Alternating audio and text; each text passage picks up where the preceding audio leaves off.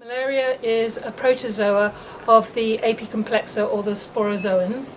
There are 4 main species that affect humans, one of which can kill, which is Plasmodium falciparum, and 3 other species, Vivax, Ovale and Malaria, which on the whole don't kill.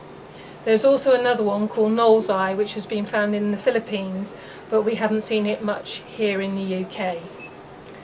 To make the malaria films, for the quickest diagnosis, still the gold standard is to make thick and thin films. For that we need an EDTA blood, which is an anticoagulated blood, but an EDTA is better for making the parasites and for making the films than any other sort of anticoagulant. You could also use a finger prick and make a thin and a thick from the finger prick. Open carefully. We're performing this in the class 1 cabinet because of course there may be viruses or other parasites, so everything is performed in the class 1 cabinet. Take a drop of blood, put it on the slide, and then we're going to make a thin film. The reason for using a thin film is because you get it 1 layer thick, and then it's easier to fix the film, and then you can look at the parasites and the shape and the size of the red cell.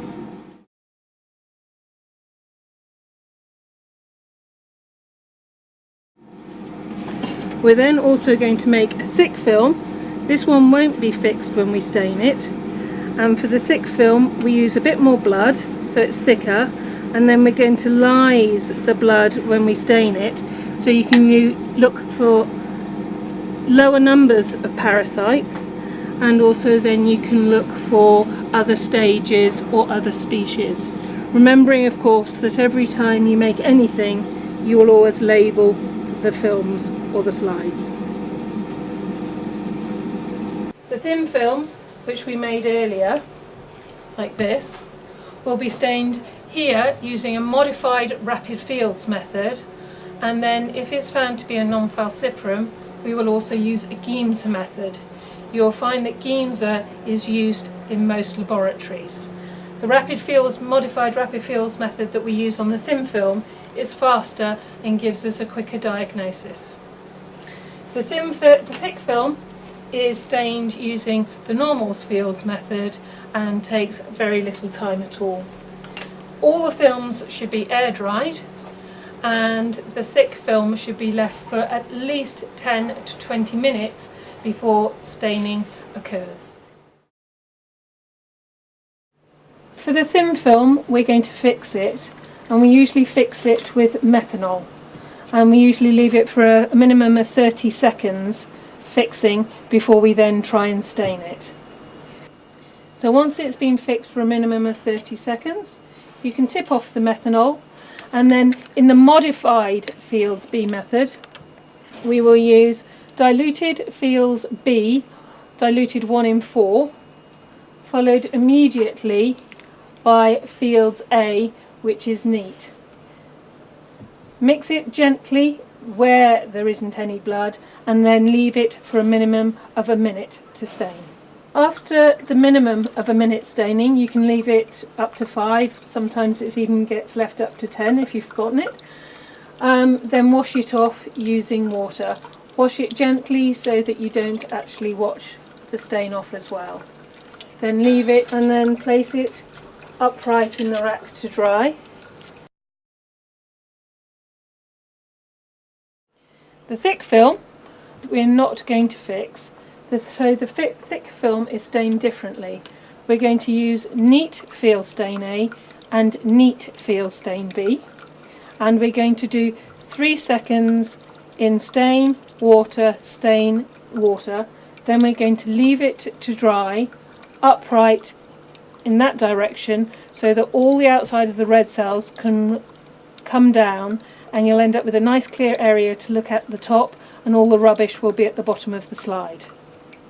So 1, 2, 3, 1, 2, 3, 1, 2, 3, 1, 2, 3. And again place it upright in the rack to dry so all the outside of the red cells can come down. and leave a nice clear area to look at.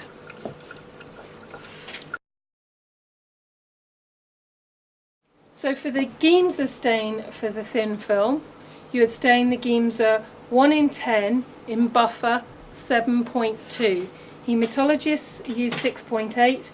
In parasitology, for malaria, you would use 7.2 and use the Giemsa stain. The advantage of the Giemsa stain is it shows the stippling better, it shows a slightly better colour of the parasites and a slightly better colour of the red cells. But the advantage of the rapid fields is it only takes a minute to stain, and this takes half an hour to stain. So you can actually say at least there's malaria there before you have to go on to the long stain, so the clinicians will have a quicker idea so they can get towards their treatment more quickly. When staining with Giemsa, which we would always do for a non-falciparum, we have 9 ml of buffered water, and it must be buffered at 7.2 pH.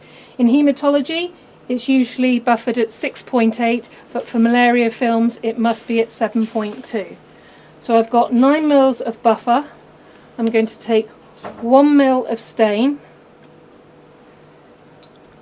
That was great. Mix it together and then use it immediately to stain the slide. You can't use Giemsa that has been made up for any length of time because it starts to deposit, so always make it up fresh when you want to use it, and it must stain for half an hour. So normally at this point you would put on a timer to let you know that to wash it off. Again, tap water can be used to wash it off in a half an hour's time. Under the microscope at the moment we have a thin film. The magnification is, the eyepiece is a ×10, and we have oil immersion ×100 lens, which gives 1,000 times magnification. We're looking at the red cells, which are the grey circles, and inside them you can see red dots with blue cytoplasm, which is the nucleus and the cytoplasm of the parasite. The reason we're showing you this film is because the parasitemia is high. There are a lot of parasites. When you're doing a parasitemia, you count the number of parasitized cells. The parasitemia of this film is approximately 37%, which is a very high parasitemia. The stage you're looking at the moment is the ring form or the trophozoite stage. On a thick film, as you can see, you can just see the parasites. You can no longer see the red cells that surrounds them. This makes them more difficult, partially to visualize and definitely to speciate, but you should still be able to do it from a thick film. So there's 4 species of malaria. Plasmodium falciparum is the one that is able to kill. There is some relevance not only in the number of parasites but the stages of parasites. The number of parasites, the parasitemia, and the stage of parasites will indicate to the clinician what sort of treatment to give. If there's a low parasitemia, very few parasites, then oral quinine may be indicated. With a higher number of parasites, intravenous quinine, or if there's a very high number of parasites, above maybe 15%, they might look to perform an exchange transfusion. With the advent of artemisinin drugs, this is less likely to happen. The other 3 species, Viavax, Ovale and Malaria, are treated with chloroquine.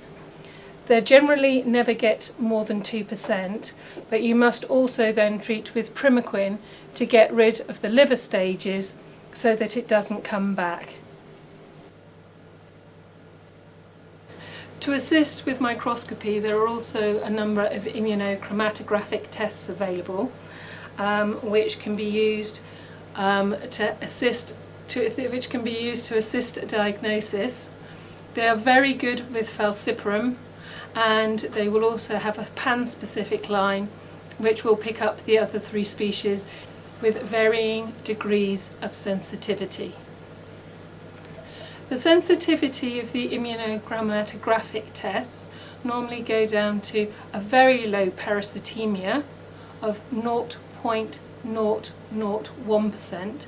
An expert microscopist will go down to 0.01%, and PCR is tenfold more sensitive again. But at the moment, PCR, even real-time PCR, takes a minimum of a half day to do, whereas the gold standard, your thick and thin film, should still be able to do within an hour of receipt of specimen.